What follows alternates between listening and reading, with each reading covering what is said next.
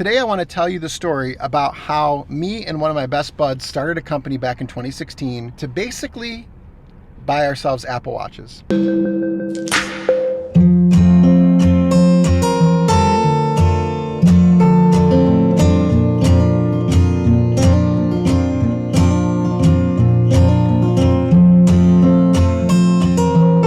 What up, peeps? Today I want to tell you the story about how me and one of my best buds started a company back in 2016 to basically buy ourselves Apple Watches. So here's how it went down. You know what?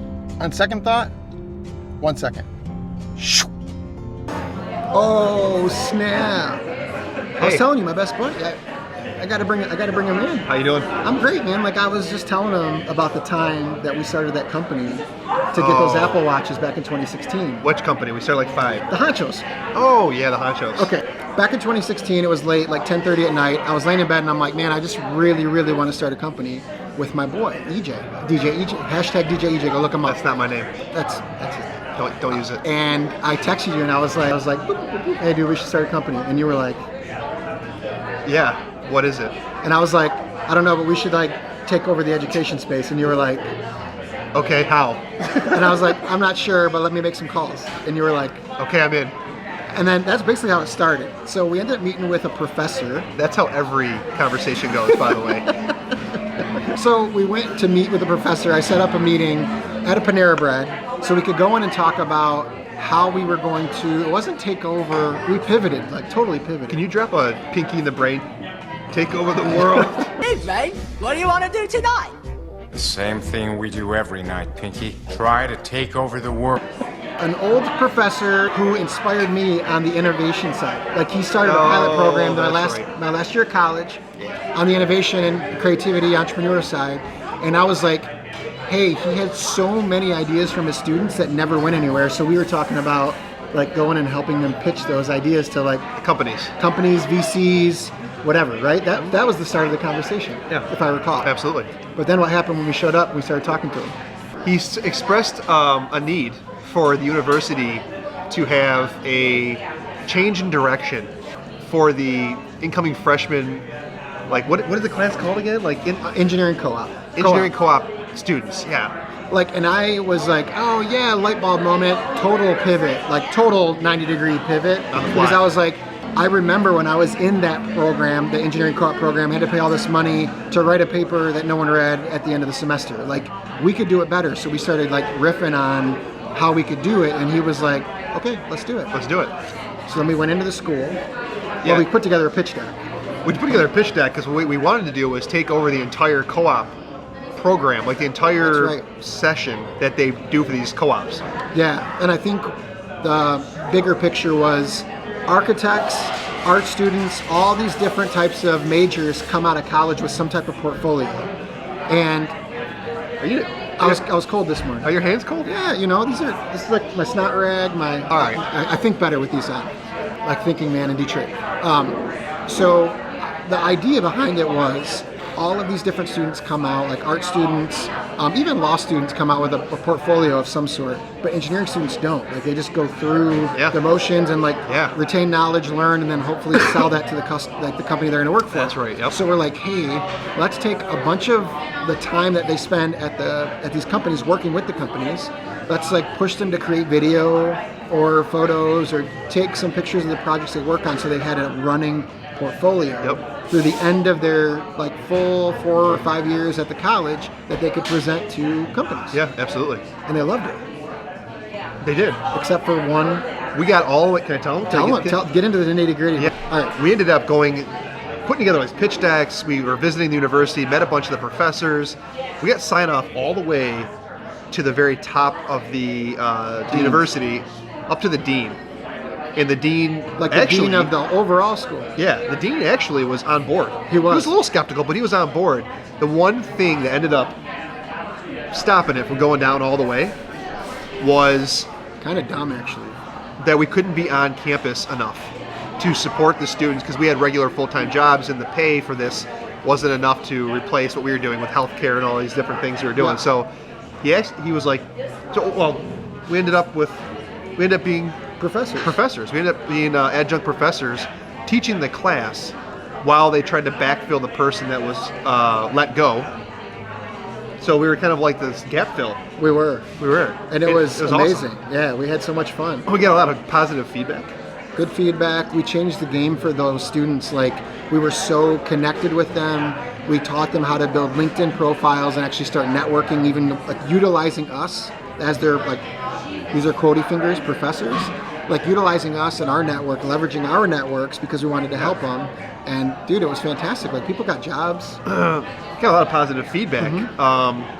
We ended up getting, we taught them how to go around the typical, like, put your resume in a big stack, like how to go get connected with the actual decision maker for that job or opportunity you're looking to. It was awesome. It was. So, but do you want to tell them what the net result was? Here's the deal. We actually pitched the college based on all the math, the number of students that were coming in, and the fact that we would just take the money that the college was making in that co-op period for those credit hours.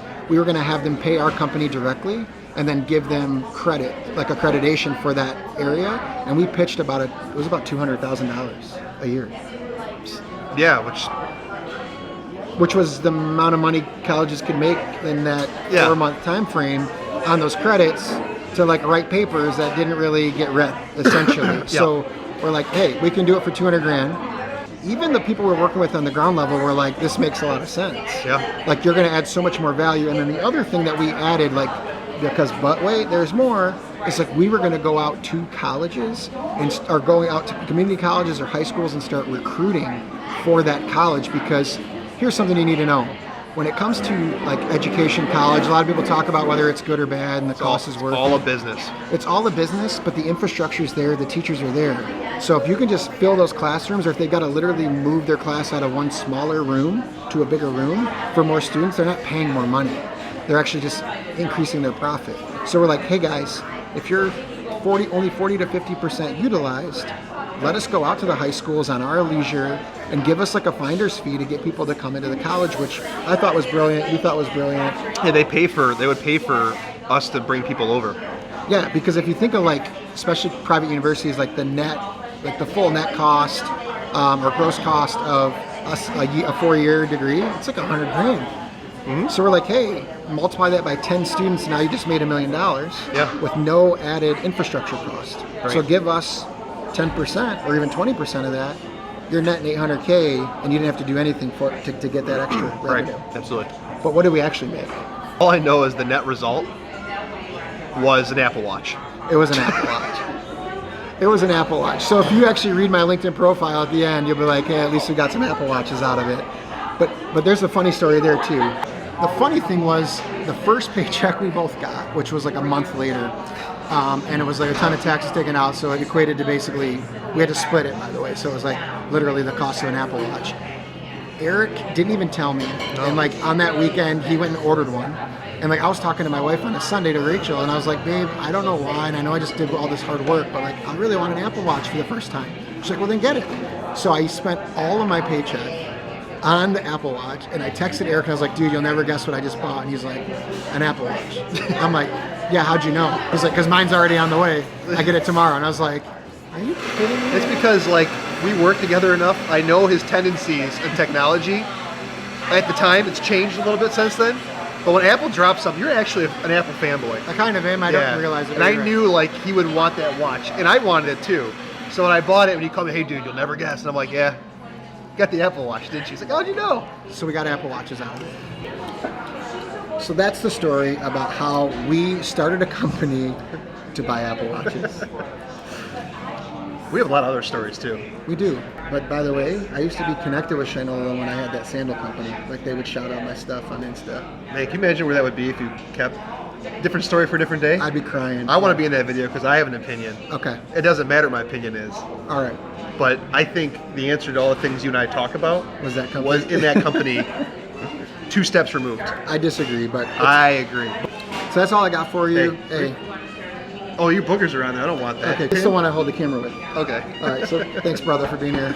Go All right, check man. out Eric's channel. I'll link it up here somehow. I'm still figuring that stuff out, but he's my boy, It's so. all well, it was mostly camera-related stuff, and now it's starting to be random vlog stuff too. So yeah, go subscribe. It's good. It's good content. Thanks for the plug. Yeah, man. So thanks for everything. Thanks for being here. Thanks for the support. Hit all those buttons that you're supposed to hit. And until next time, remember, you're amazing.